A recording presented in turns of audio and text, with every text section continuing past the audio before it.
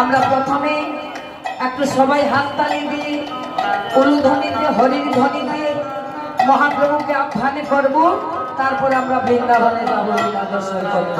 সবাই মিলে বলো বলো গৌরাঙ্গ মহাপ্রভু কি,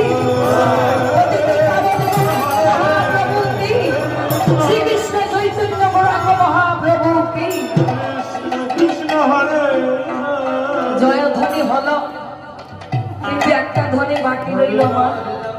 আমি বলবো আপনারা করবেন, আমি বলবো আপনারা করবেন।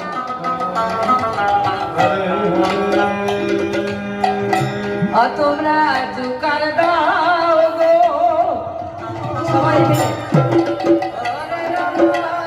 সবাই ওলো দাও গো।